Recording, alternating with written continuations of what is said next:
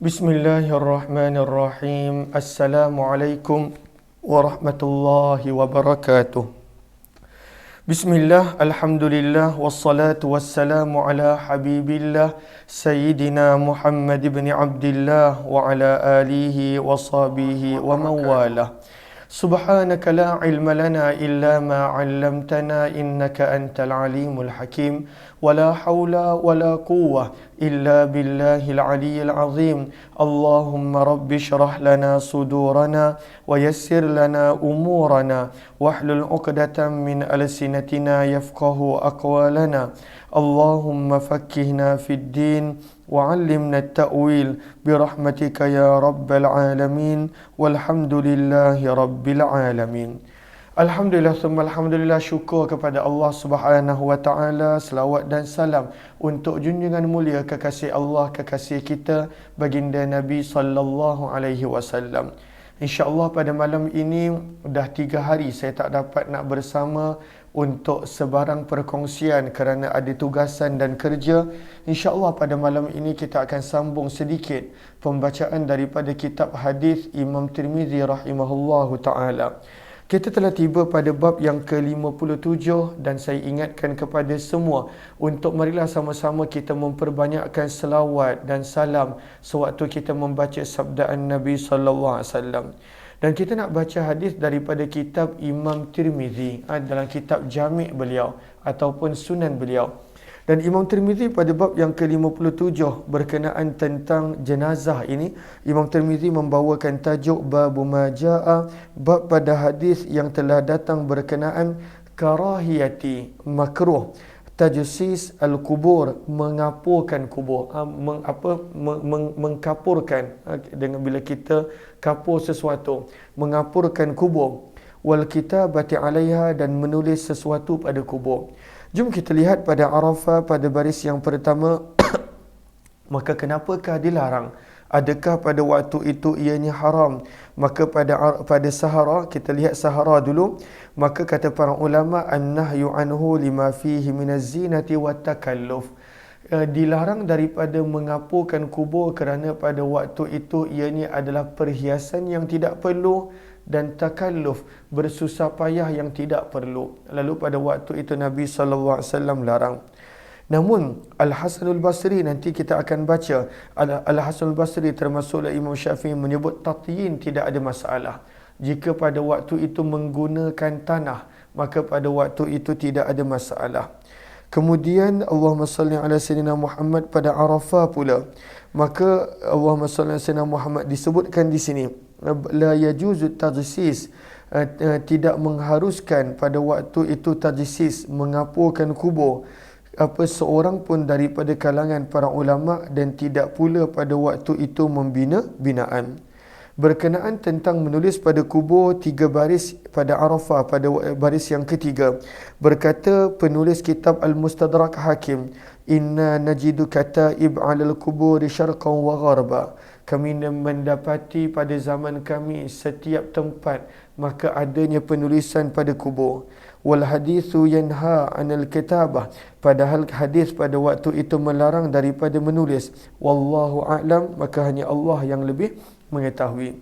Riwayat yang ke-1035, maka hukumnya makruh pada waktu itu mengkapurkan kubur, dan pada waktu itu menulis sesuatu daripada kubur. Sama ada menulis nama Allah kerana itu bukan tempatnya, ataupun pada waktu itu menulis sesuatu, maka pada waktu itu ada yang mengatakan makruh. Namun ini adalah permasalahan yang pada zaman kita ada pelbagai fatwa yang boleh dijadikan sebagai rujukan. Riwayat 1035, wa bihi ilahi qala hadatsana Abdul Rahman ibn al-Aswad Abu Amr al-Basri qala hadatsana Muhammad ibn Rabi'ah an ibn Jurayj an Abi Zubair an Jabir radhiyallahu anhu, daripada Jabir radhiyallahu ta'ala anhu, beliau berkata, naha Rasulullah sallallahu alaihi wasallam, baginda Nabi sallallahu alaihi wasallam telah melarang an tujassasal kubur, daripada meletakkan kapur yang berwarna putih di atas kubur.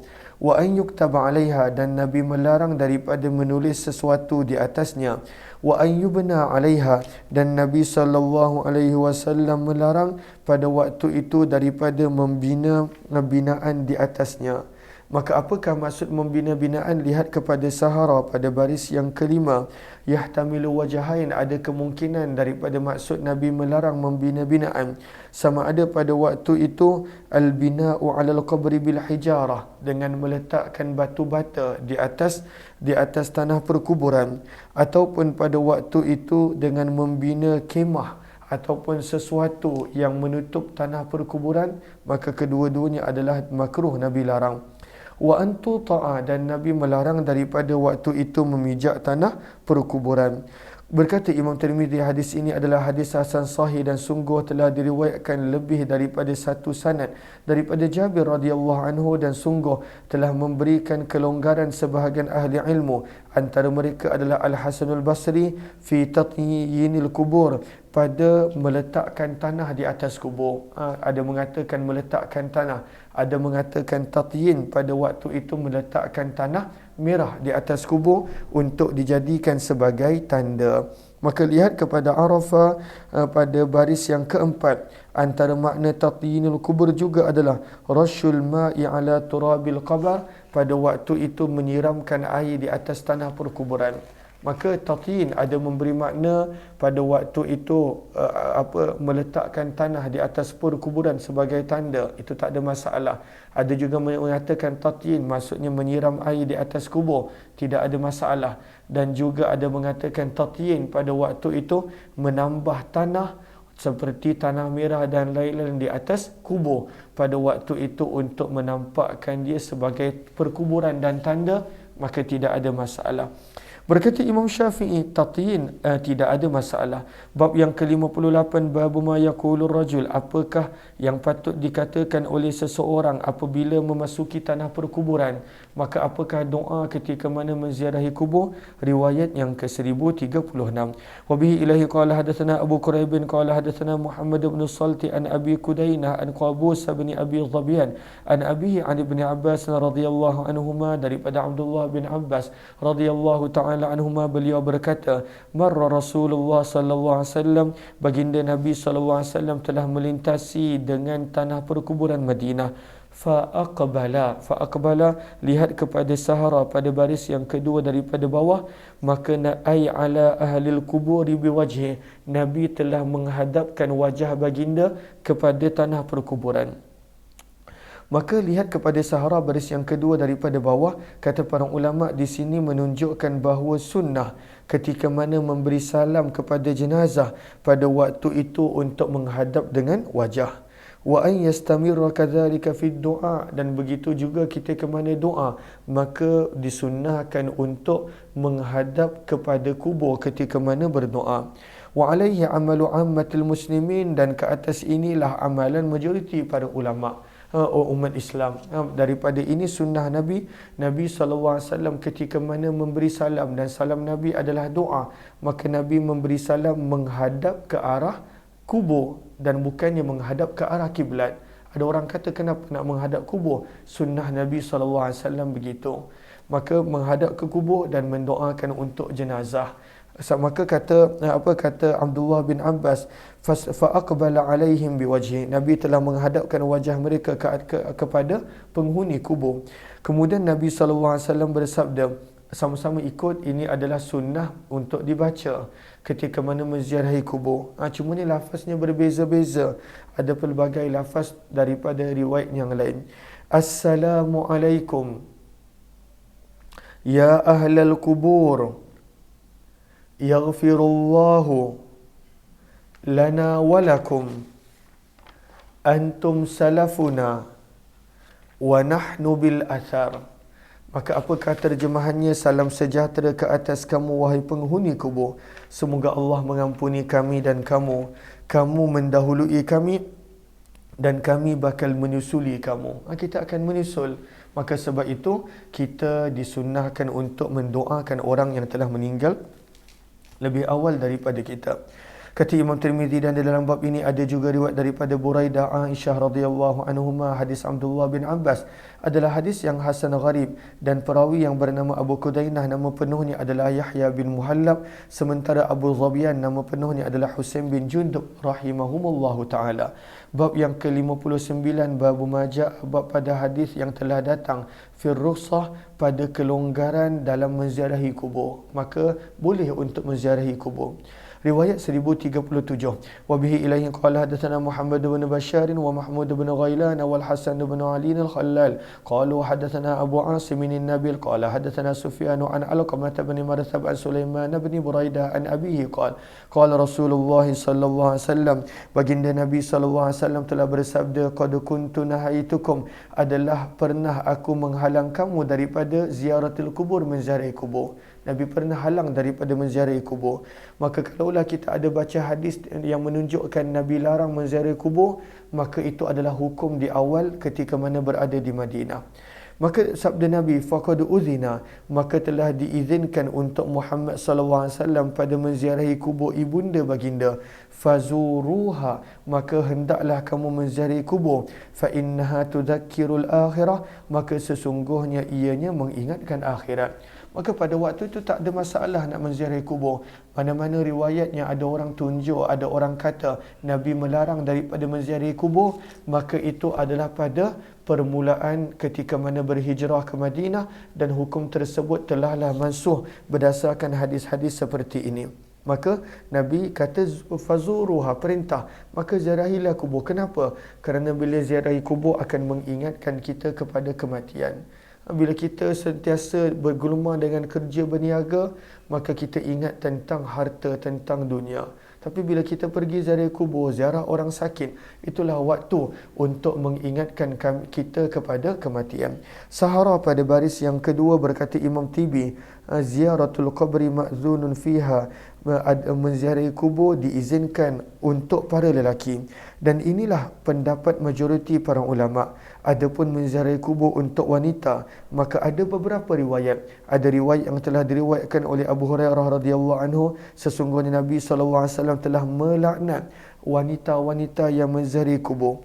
Maka daripada hadis seperti itu, kata Imam Tibi, fara'a ba'du ahli ilmi, maka sebahagian daripada ahli ilmu berkenaan dengan hadis riwayat Abu Hurairah di mana Nabi melaknat pada waktu itu wanita yang menziarahi kubur, maka pada waktu itu mereka berkata hadis-hadis yang berkenaan tentang Nabi melaknat tersebut adalah sebelum kebenaran diberikan, sebelum keringanan dan kelonggaran diberikan.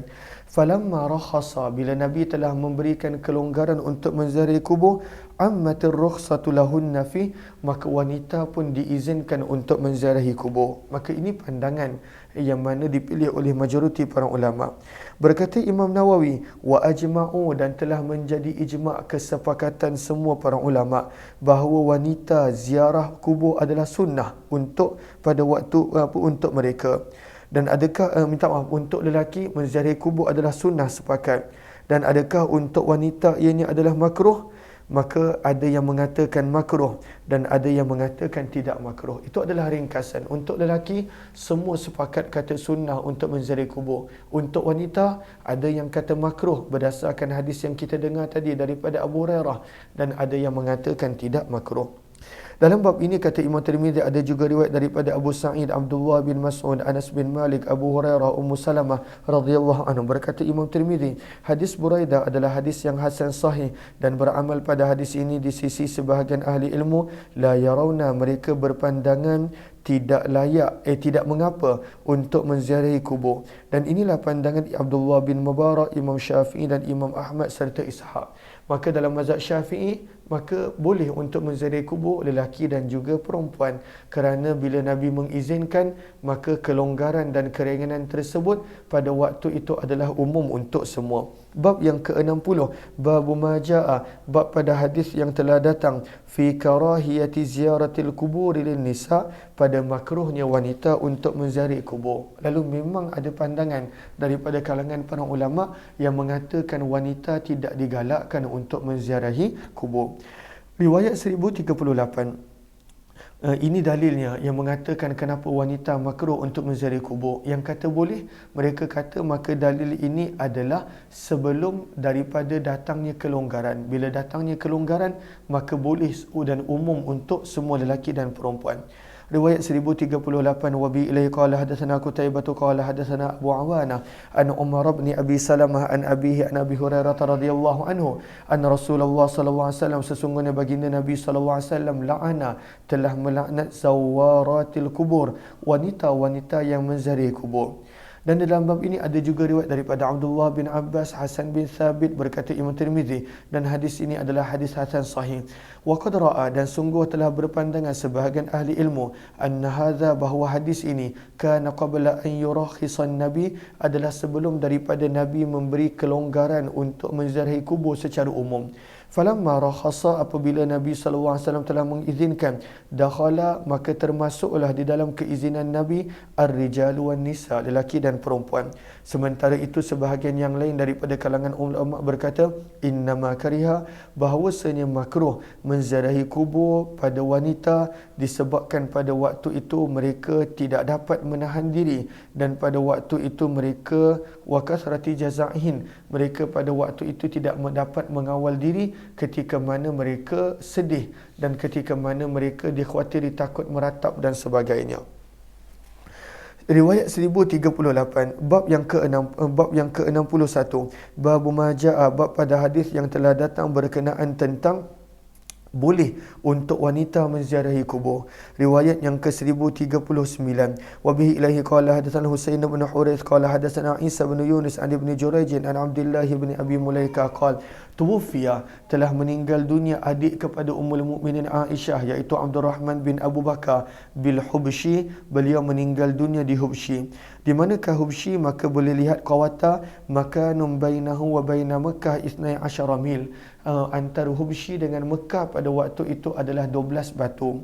Maka berkenaan tentang Hubshi ini, lihat pula kepada Arafah 3 baris daripada bawah.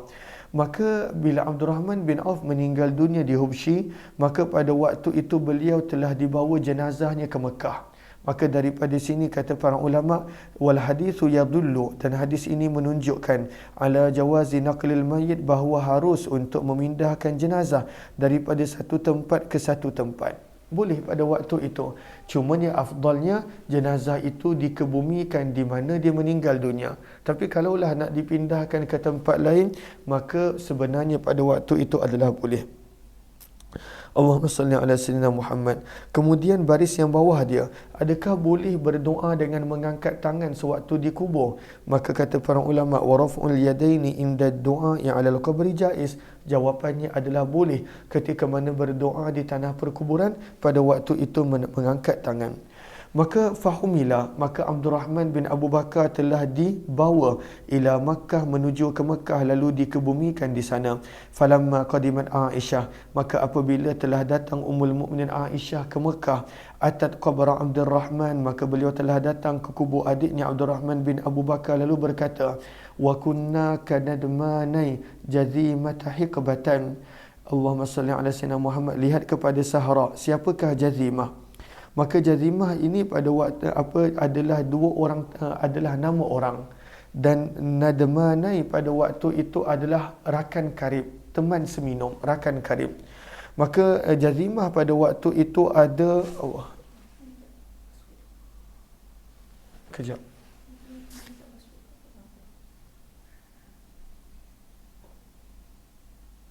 Kenapa lah?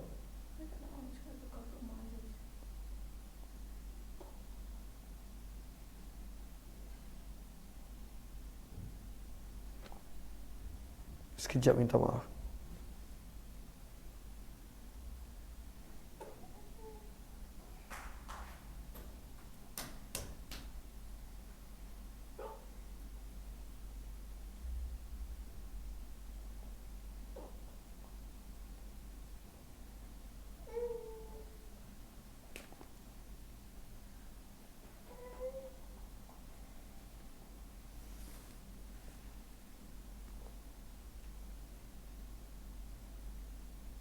Ada masuk yang lain punya dulu kan sebelum Umar Aziz.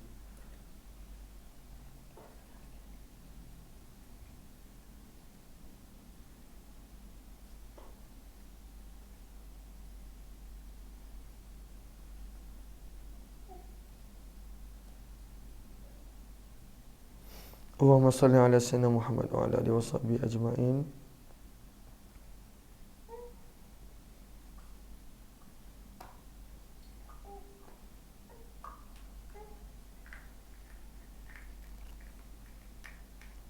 Sebentar, minta maaf.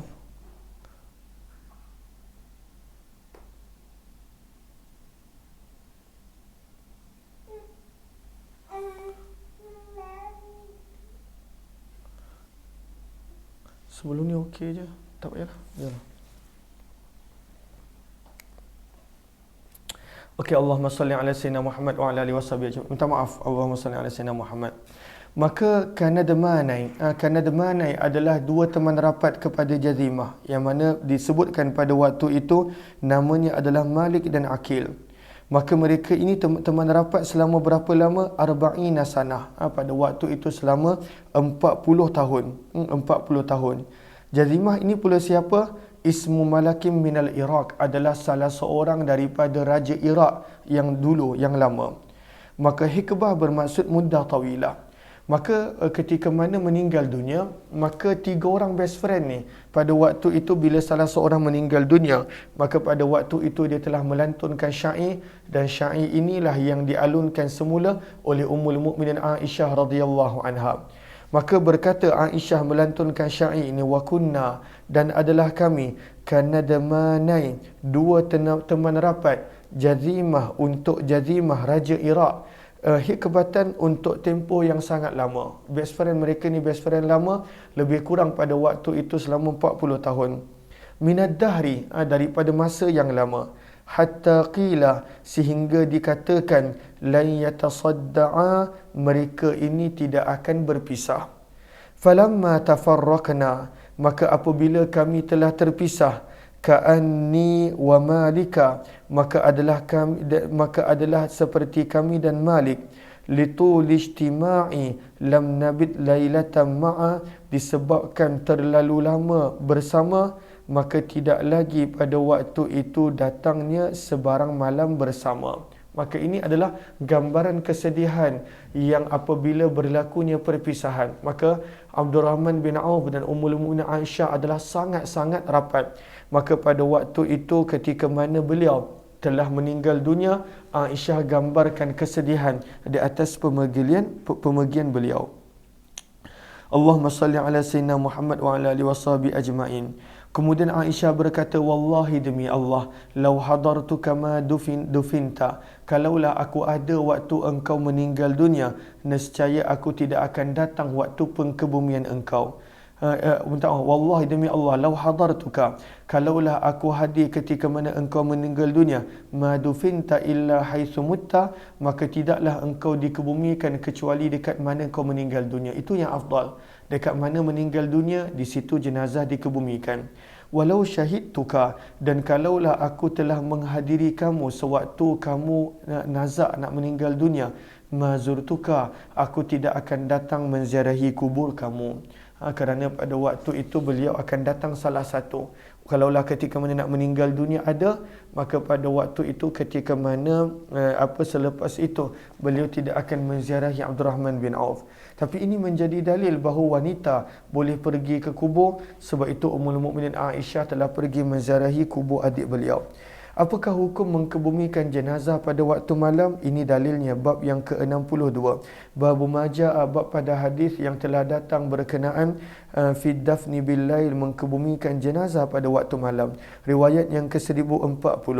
Wa bihi ilaihi qala hadatsana Abu Quraib wa Muhammad bin Amr as-Sawwaq qala hadatsana Yahya bin al-Yaman anil Minhal bin Khalifah anil Hajjaj bin Arta an Ata'in an Ibn Abbas radhiyallahu anhuma, daripada Abdullah bin Abbas radhiyallahu ta'ala anhuma, sesungguhnya baginda Nabi sallallahu alaihi wasallam telah memasuki tanah perkuburan pada waktu malam. Fa usrija, maka telah dinyalakan pada waktu itu nyalaan api. Fa akhadhahu min qibalil qiblah, maka telah diambil jenazah itu daripada arah kiblah. Wa qala, dan berkata, dan Nabi bersabda, rahimakallah, semoga Allah merahmati engkau wahai jenazah. In kunta la'awahan, sesungguhnya kamu adalah seorang yang sangat banyak pada waktu la'awahan, talaan lil Quran. Apakah maksud la'awahan? Maka kita lihat pada sahara baris yang terakhir seorang yang terlalu banyak menangis. La Allah. Maka Nabi kata, semoga Allah merahmati engkau wahai jenazah. Engkau adalah seorang yang terlalu banyak pada waktu itu menangis. Tala'an lil Quran, terlalu banyak pada waktu itu membaca akan Al-Quran. Okey. Wa kabbara alaihi arba'a, dan Nabi SAW mensolatkan jenazah sebelum jenazah ini dimasukkan dalam perkuburan, dan Nabi solatkan jenazah di situ di tanah perkuburan dengan 4 kali takbir. Dan di dalam bab ini ada juga riwayat daripada Jabir Yazid bin Thabit radhiyallahu anhum. Siapakah Yazid bin Thabit? Beliau adalah saudara kepada Zaid bin Thabit radhiyallahu anhu dan lebih tua daripada Zaid bin Thabit. Berkata Imam Tirmizi, hadis Abdullah bin Abbas adalah hadis yang hasan. Wa qad dhahaba, dan sungguh telah pergi kepada hadis ini sebahagian daripada ahli ilmu, dan mereka berkata apabila nak mengkebumikan jenazah, yudkhalul mayyit, maka jenazah itu dimasukkan ke dalam tanah perkuburan, min qibalil qiblah, daripada arah kiblat. Selalunya jenazah kepalanya akan menghadap kiblat, maka daripada mana nak bawa jenazah ni? Dibawa daripada arah kiblat baru dimasukkan ke dalam kubur. Wa qala ba'duhum yusallu salla. Ada yang mengatakan tidak, jenazah ini dimasukkan ke dalam kubur daripada arah kaki dia, daripada arah kaki. Wa rakhasa, dan kebanyakan daripada ahli ilmu telah memberikan kebenaran dan kelonggaran untuk mengkebumikan jenazah pada waktu malam seperti mana yang Nabi SAW lakukan. Bab yang ke-63, bab majaa, bab pada hadis yang telah datang fi sana'il hasan, tentang kelebihan memuji dengan pujian yang baik terhadap jenazah. Bila ada jenazah, bagus pada waktu itu untuk bercakap yang baik tentang jenazah, kerana itu adalah umpama syafaat orang yang masih hidup pada waktu itu untuk jenazah. Allahumma salli ala Sayyidina Muhammad wa ala alihi wa sahbihi ajma'in. Riwayat 1041.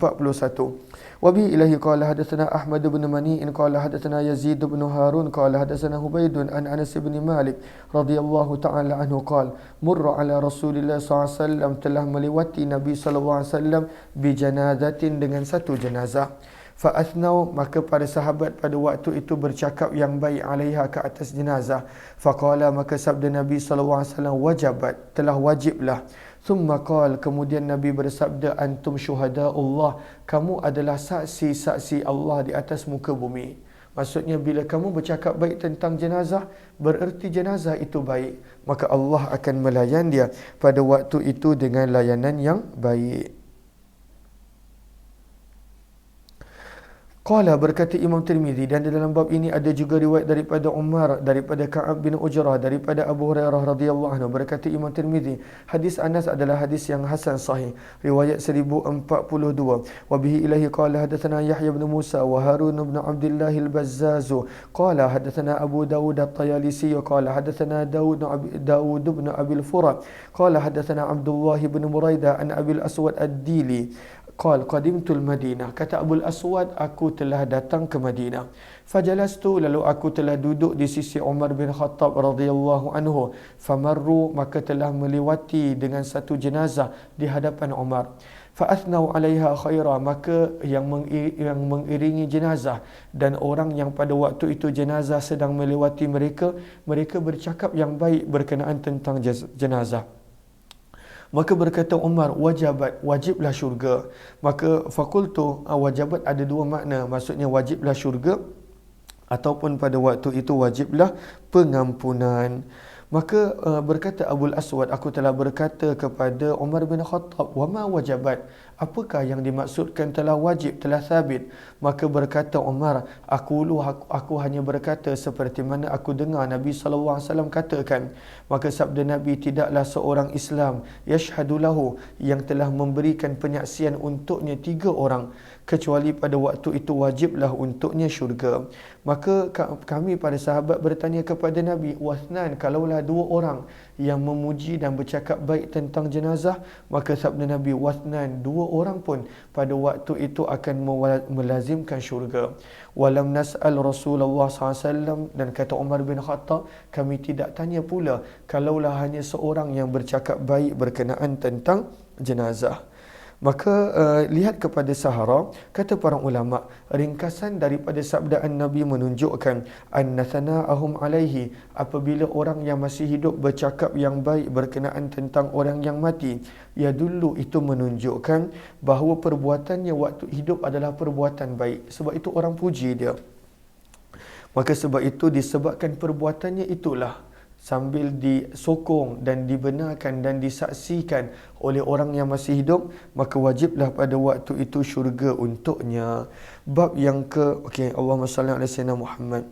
Berkata Imam Tirmizi, hadis ini adalah hadis hasan sahih, dan Abul Aswad Ad-Dili namanya adalah Zalim bin Amr bin Sufyan. Bab yang ke-64, bab ma jaa fi thawabi man qaddama walada. Bab pada hadis yang telah datang berkenaan tentang pahala man qaddama walada, orang yang kematian anak. Sebab itu lihat kepada Arafah, maksudnya adalah orang yang kematian anak. Dan dalam hadis ada kelebihan untuk orang yang meninggal, yang anaknya meninggal dunia waktu dia masih hidup, sama ada seorang, dua orang, bahkan tiga orang. Riwayat yang ke-1043, wa bihi ilaihi qala hadatsana Qutaibah an Malik bin Anas tahwil, wa bihi ilaihi qala hadatsana Al-Ansari qala hadatsana Ma'nun qala hadatsana Malik bin Anas an Ibn Shihab an Sa'id bin Al-Musayyab an Abi Hurairah radhiyallahu anhu anna Rasulullah sallallahu alaihi wasallam qala la yamutu li ahadin minal muslimin, tidaklah meninggal dunia untuk seorang pun daripada kalangan orang Islam tiga orang anak. Maka kalaulah dia ada tiga orang anak, maka pada waktu itu api neraka tidak akan menyentuhnya illa tahillatal qasam, kecuali untuk membebaskan daripada sumpah. Apakah sumpahnya? Sumpah yang ada di dalam surah Maryam pada ayat yang ke Allahumma salli ala sayyidina Muhammad. Sumpah yang ada pada surah Maryam pada ayat yang ke-71, di mana firman Allah, wa im minkum illa wariduha, dan tidaklah seorang pun daripada kamu kecuali akan melewati dan memasuki neraka. Wariduha, pada waktu itu akan memasuki dia. Maka setiap orang pada waktu itu akan disentuh dan neraka. Cumanya ahli syurga pada waktu itu bila disentuh neraka, dia tidak rasa apa-apa. Maka sabda Nabi, orang yang kematian tiga anak takkan masuk neraka, kecuali pada waktu itu seperti mana yang Al-Quran sebut, yang mana setiap orang akan disentuh dan perlu untuk melalui neraka. Maka lihat kepada Sahara pada baris yang baris yang keempat. Itulah ayat firman Allah, wa in minkum illa wariduha. Dan maksud daripada tahillatul qasam adalah, dan ini adalah perumpamaan berkenaan tentang tersangat-sangat sedikit sentuhan api neraka, dan pada waktu itu sentuhan tersebut tidak memudaratkan dan tidak menyakitkan untuk ahli syurga. Kata Imam Tirmizi, dan di dalam bab ini ada juga riwayat daripada Umar bin Khattab, Muaz, Ka'ab bin Malik, Utbah bin Abd, Ummu Sulaim, Jabir bin Abdullah, Anas bin Malik, Abu Dzar, Abdullah bin Mas'ud, Abu Tha'labah al-Ashja'i, Abdullah bin Abbas dan Uqbah bin Amir serta Abu Sa'id Qurra bin Iyas al-Muzani radhiyallahu anhum. Dan sahabat yang bernama Abu Tha'labah, dia hanya ada satu riwayat sahaja daripada Nabi sallallahu alaihi wasallam. Walisa huwa bil Khushani, dan beliau bukanlah pada waktu itu Abu Tha'labah al-Khushani. Berkata Imam Tirmizi, hadis Abu Hurairah adalah hadis yang hasan sahih. Riwayat 1044. Wa bihi ilaihi qala hadatsana Nasr bin Ali al-Jahdami qala hadatsana Ishaq bin Yusuf qala hadatsana Awwam bin Haushab an Abi Muhammad maula Umar bin al-Khattab radhiyallahu anhu an Abi Ubaidah bin Abdullah bin Mas'ud an Abdullah bin Mas'ud radhiyallahu anhum. Daripada Abdullah bin Mas'ud radhiyallahu ta'ala, beliau berkata, baginda Nabi sallallahu alaihi wasallam bersabda, man qaddama thalathatan, barang siapa yang mendahulukan anaknya. Apakah mendahulukan tiga anaknya? Kematian anaknya. Barang siapa yang kematian tiga anaknya, lam yablughu, yang mana ketiga-tiga anak ini tidak lagi baligh, belum lagi baligh, waktu kecil meninggal dunia, kana lahu, maka adalah untuknya hisnan hasina, penghalang dan tembok yang kukuh, boleh gariskan bawah itu, hijaban minan nar, daripada api neraka. Ganjaran yang besar untuk orang yang kehilangan anak, sebab ujiannya pun berat, ujiannya pada waktu itu bukanlah mudah. Maka daripada hadis ini, siapa yang kehilangan tiga anak akan ada penghadang daripada api neraka. Berkata Abu Dzar, wahai Rasulullah, bagaimana kalaulah ada orang yang kematian 2 anak? Maka Nabi kata 2 anak pun akan dapat ganjaran yang sama. Berkata Ubay bin Ka'ab pula yang merupakan ketua para qari. Maka beliau berkata, kalaulah pada waktu itu aku ada kematian seorang sahaja anak, maka bersabda Nabi, wawahida, seorang anak pun akan dapat ganjaran yang sama, iaitu anak tersebut akan menjadi perlindungan untuknya daripada neraka. Allahumma salli ala Sayyidina Muhammad. Namun sabda Nabi, wawahida, seorang anak pun akan dapat, walakin, namun syarat kalaulah yang kematian anak itu adalah seorang, innama zalika, ianya perlu bersabar ketika mana sadmatil ula, pukulan pertama musibah. Berkata Imam Tirmizi, hadis ini adalah hadis yang gharib dan Abu Ubaidah tidak mendengar daripada ayahnya sebarang hadis. Riwayat 1045. Wa bihi ilaihi qala hadatsana Nasr bin Ali al-Jahdami wa Abu al-Khattab Ziyad bin Yahya al-Basri qala hadatsana Abdu Rabbih ibn Barik al-Hanafi qala sami'tu jaddi Aba Ummi Simak bin al-Walid al-Hanafi yuhaddits annahu sami'a Ibn Abbas radhiyallahu anhu ma yuhaddits. Daripada Abdullah bin Abbas radhiyallahu taala anhu, sesungguhnya baginda beliau mendengar baginda Nabi SAW bersabda, man kana lahu faratan, barang siapa yang mempunyai 2 orang anak yang daripada umatku yang meninggal sebelum dia, adkhalahu Allahu bihimal jannah, Allah akan memasukkannya dengan sebab 2 anak tadi. Maka hadis sebelum ini tentang perlindungan daripada api neraka. Hadis ini menceritakan yang anak dia akan memberi syafaat untuknya dan anak dia akan masukkannya ke dalam syurga. Maka berkata Aisyah, faman kana faratan min ummatik, kalaulah daripada kalangan umatmu wahai Rasulullah yang kematian hanya seorang anak, maka Nabi SAW pun bersabda, waman kana lahu faratan, dan orang yang mempunyai seorang anak pun sama, ya muwaffaqah, wahai isteri yang diberikan taufik. Itu satu makna. Ataupun ya muwaffaqah, wahai isteri yang penyayang. Pada waktu itu Nabi menyebut, ya seorang anak pun akan mendapat sebab untuk dia dimasukkan ke dalam syurga dengan syafaat anak dia yang meninggal dunia. Qalat, maka berkata Ummul Mukminin Aisyah, faman lam yakun lahu faratun min ummatik, maka untuk umat kamu yang tidak ada anak meninggal dunia waktu dia masih hidup, maka sabda Nabi, fa ana faratu ummati, maka akulah yang akan membantu umatku, lan yusabu, mereka tidak akan diuji bimisli, dengan ujian sepertiku. Sebab ujian Nabi pada waktu itu berat. Semua anak Nabi meninggal dunia waktu Nabi masih hidup, kecuali hanya Fatimah seorang. Berkata Imam Tirmizi, hadis ini adalah hadis yang hasan gharib, kami tidak mengetahuinya kecuali daripada periwayatan Abdu Rabbih bin Barik, dan sungguh telah diriwayatkan daripadanya lebih daripada seorang daripada kalangan para ulama. Kata Imam Tirmizi, wa bihi ilaihi qala hadatsana Ahmad bin Sa'id al-Murabiti qala hadatsana Habban bin Hilal qala hadatsana Abdu Rabbih ibn Barik fa dzakara binahwi, beliau telah meriwayatkan hadis yang lebih kurang sama. Perawi yang bernama Simak bin Walid adalah pada waktu itu kunyahnya Abu Zumail Al-Hanafi. Bab yang ke-68 berkenaan tentang siapakah pada waktu itu orang-orang yang syahid. Yang dimaksudkan dengan sini adalah pada waktu itu orang-orang yang syahid, orang-orang yang syahid di dunia. Adapun syahid dunia akhirat, maka pada waktu itu adalah orang ini adalah orang yang syahid akhirat.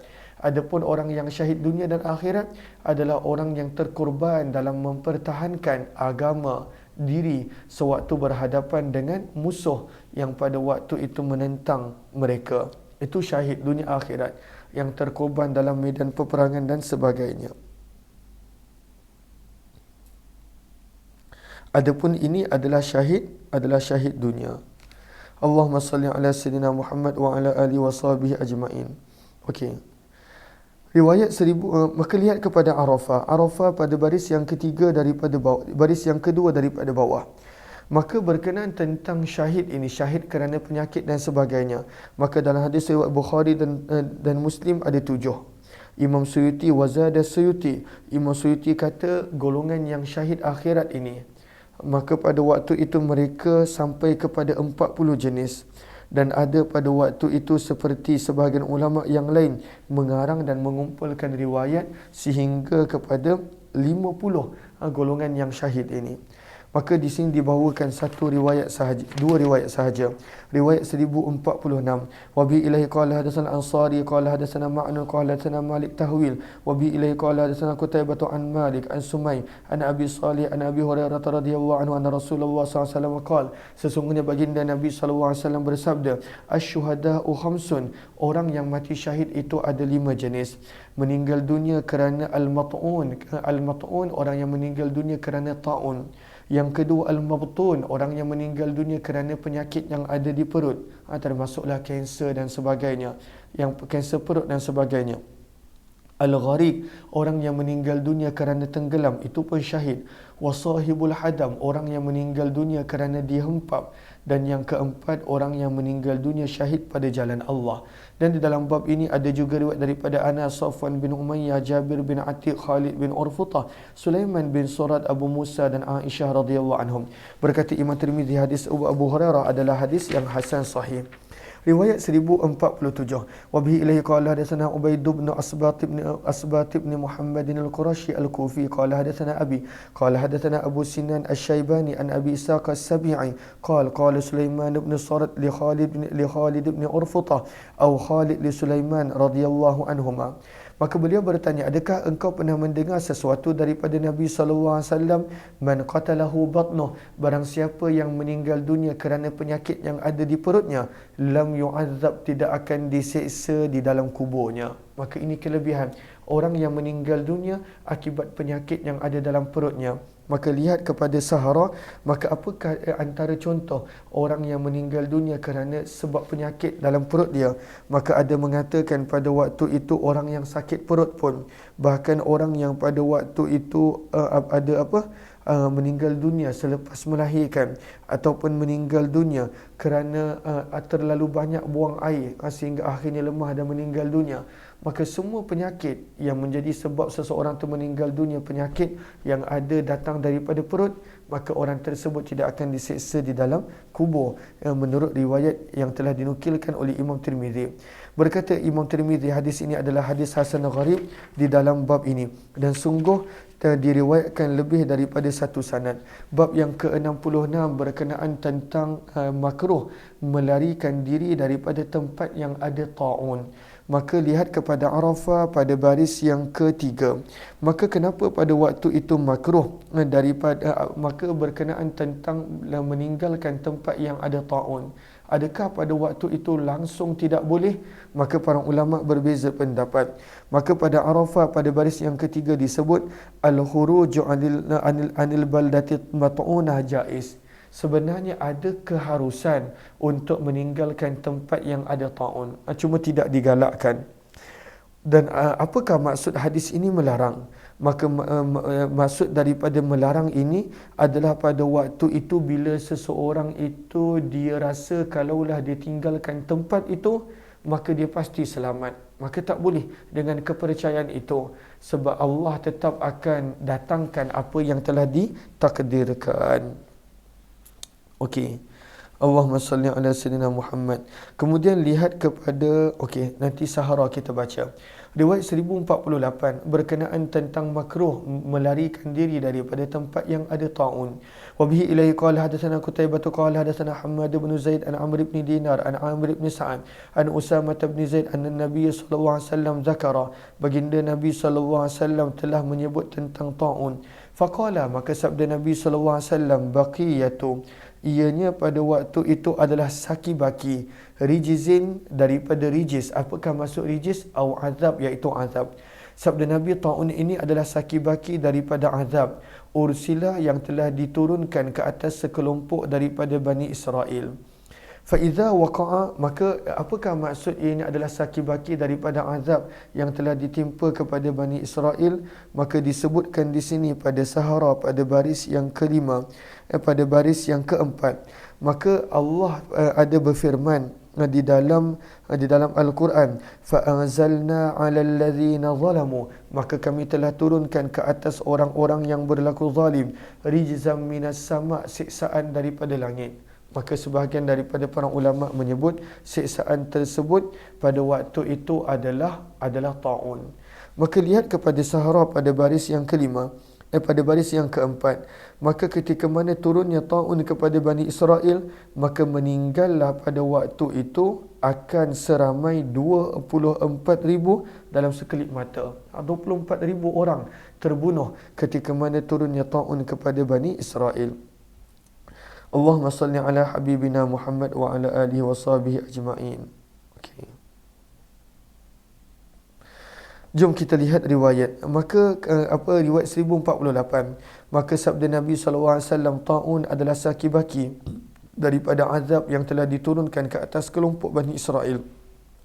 Maka sabda Nabi, fa idza waqa'a, maka apabila terjadinya di sesuatu negeri ta'un, dan dalam keadaan wa antum biha, dan dalam keadaan kamu berada di tempat tersebut, fala takhruju, maka Nabi bersabda, janganlah kamu keluar daripadanya.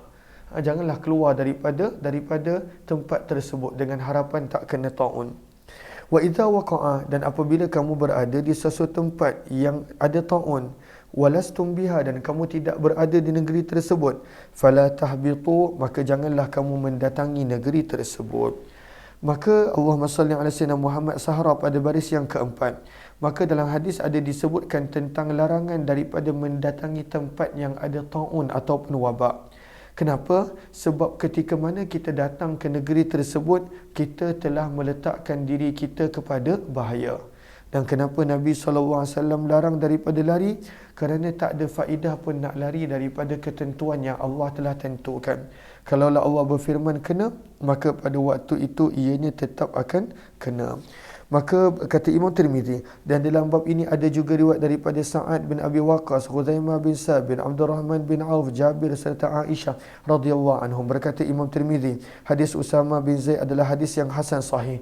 Bab yang ke-67, kata Imam Tirmizi, babu majah, bab pada hadis yang telah datang fiman berkenaan dengan orang yang ahabba liqa Allah, apabila seseorang itu mencintai, mendambakan rindu untuk bertemu dengan Allah, maka Allah pun pada waktu itu rindu untuk bertemu dengannya. Riwayat 1049.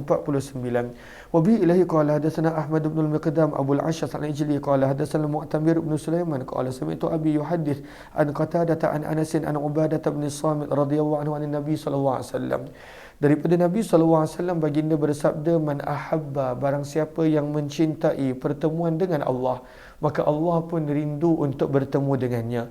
Wa man kariha, dan barang siapa yang tidak suka untuk bertemu dengan Allah, takut, tak nak, maka pada waktu itu Allah pun tidak menyukai untuk bertemu dengannya. Dan dalam bab ini ada juga riwayat daripada Abu Musa, Abu Hurairah dan Aisyah radhiyallahu anhum. Berkata Imam Tirmizi, hadis Ubadah bin Samit adalah hadis yang hasan sahih. Maka orang yang nak bertemu dengan Allah, Allah pun nak bertemu dengan dia. Orang yang tak nak bertemu dengan Allah, Allah pun pada waktu itu tak nak bertemu dengan dia. Riwayat yang ke-1050, wa bihi ilahi qala hadatsana Humaid bin Mas'adah qala hadatsana Khalid bin al-Harith qala hadatsana Sa'id bin Abi Arubah tahwil, wa bihi ilahi qala hadatsana Muhammad bin Bashar qala hadatsana Muhammad bin Bakar an Sa'id bin Abi Arubah an Qatadah an Zurarah bin Abi Aufa an Sa'd bin Hisham an Aisyah radhiyallahu anha. Daripada Ummul Mukminin Aisyah radhiyallahu taala anha, sesungguhnya beliau pernah menyebut bahawa Nabi SAW bersabda, man ahabba liqa Allah, barang siapa yang mencintai untuk bertemu dengan Allah, Allah pun suka dan rindu, Allah pun suka dan mencintai untuk bertemu dengannya. Wa man kariha, dan barang siapa yang tidak suka untuk bertemu dengan Allah, maka Allah pun tidak suka untuk bertemu dengannya. Maka Ummul Mukminin Aisyah berkata, lalu aku telah bertanya, wahai Rasulullah, setiap dari kepada kami tidak suka dengan kematian, dan nak bertemu dengan Allah kena melalui mati. Macam mana pada waktu tu nak dapat hadis ni? Mesti rindu dan pada waktu itu suka untuk bertemu dengan Allah. Tapi kematian menjadi sebab ramai orang pada waktu itu takut nak mati, risau nak mati, tak suka mati. Maka Nabi terangkan, laisa kadzalika, bukanlah maksudnya pada waktu itu bahawa dia apabila dia takut mati, maka ataupun tak suka untuk mati, maka pada waktu itu bererti dia tak suka bertemu dengan Allah. Maka sabda Nabi bukan maksud begitu. Sabda Nabi SAW, walakinnal mu'min, maksud daripada hadis ini adalah amalan yang dibuat sewaktu dia hidup. Maka apabila pada waktu itu dia nak meninggal dunia, idza busyira, maka akan dikhabarkan kepadanya tentang rahmat Allah dan keridaan Allah serta syurga Allah kepadanya. Maka waktu sakaratul maut, Allah akan tunjukkan janji-janji yang Allah dah sediakan untuk dia. Maka dia pun gembira nak bertemu dengan Allah ketika mana dah nampak janji tersebut. Maka bila begitu, Allah pun gembira untuk bertemu dengannya. Wa innal kafir, sementara itu seorang yang engkar dan enggan apabila diberikan khabar tentang azab yang sedang menanti dia, maka pada waktu itu dia pun takut nak bertemu dengan Allah Subhanahu wa taala. Kariha, dia tak suka nak bertemu dengan Allah, maka Allah pun benci untuk bertemu dengannya. Berkata Imam Tirmizi, hadis ini adalah hadis yang hasan sahih. Bab yang ke-68, bab majaa, bab pada hadis yang telah datang berkenaan tentang seseorang yang telah membunuh dirinya sendiri, maka tidak disolatkan jenazahnya. Maka kalaulah ada seseorang itu bunuh diri, maka dalam hadis ini Nabi tidak solat jenazah ke atas orang yang bunuh diri. Apakah maksud dia? Nanti pada waktu itu akan diterangkan. Majoriti para ulama kata selain daripada orang yang pada waktu itu orang yang pada waktu itu terang-terangan melakukan syirik, maka sebenarnya besar macam mana sekalipun dosa dia, sunnah untuk solatkan jenazah dia. Jom kita lihat riwayat yang ke-1051. Wa bihi ilaihi qala hadatsana Yusuf bin Isa qala hadatsana Waqi'un qala hadatsana Israil wa Syarik an Simak bin Harb an Jabir bin Samurah radhiyallahu anhu anna rajulan, sesungguhnya ada seseorang pada waktu itu telah membunuh dirinya sendiri, dia bunuh diri. Falam yusalli, maka Nabi SAW tidak solatkan jenazahnya. Nabi tak solatkan jenazah dia. Maka lihat kepada Sahara, kenapa Nabi tak solatkan jenazahnya? Ada beberapa kemungkinan. Yang pertama, kata para ulama, mungkin orang ini anggap pada waktu itu boleh untuk bunuh diri. Maka bila boleh dan menganggap halal untuk melakukan dosa yang terang-terangan haram, maka pada waktu itu Nabi tak solatkan jenazah dia. Ataupun kata para ulama, Nabi tidak solatkan jenazahnya sebagai nak memberi peringatan kepada orang lain jangan pada waktu itu membunuh diri, kerana Nabi takkan solatkan jenazah dia. Maka berkata Imam Tirmizi, hadis ini adalah hadis hasan dan sungguh telah bercanggah pendapat ahli ilmu berkenaan tentang perkara ini. Maka sebahagian daripada mereka berkata disolatkan ke atas setiap orang yang pada waktu itu Islam, dan setiap orang yang membunuh diri sendiri juga disolatkan. Dan inilah pandangan Ats-Tsauri Ishaq. Berkata Imam Ahmad bin Hanbal, hanya imam yang tak boleh menyolatkan jenazah orang yang bunuh diri, sementara selain imam pada waktu itu boleh. Maka imam tak solatkan, imam di sini maksudnya pemerintah, supaya pemerintah itu nak tunjukkan yang beliau tidak menyokong akan cara membunuh diri dan juga pada waktu itu cara mengambil nyawa sendiri. Maka kata Imam Ahmad bin Hanbal, imam pemerintah tidak akan solatkan jenazah orang yang bunuh diri. Bab yang ke-68, bab majaa, bab pada hadis yang telah datang Allahumma salli ala Muhammad. Bab majaa, bab pada hadis yang telah datang berkenaan tentang al-madyun, orang yang berhutang. Maka Nabi pun tidak solatkan jenazah orang yang berhutang. Riwayat 1052. Wa bihi ilaihi qala hadatsana Muhammad bin Ghailan qala hadatsana Abu Daud qala hadatsana Syu'bah an Utsman bin Abdullah bin Mawhab qala sami'tu Abdullah bin Abi Qatadah yuhadditsu an abihi anna Nabi SAW, sesungguhnya Nabi telah didatangkan dengan seseorang untuk Nabi solatkan jenazahnya. Faqala Nabi, maka Nabi SAW bersabda, sallu ala sahibikum, kamu sahaja yang solatkan jenazah ini.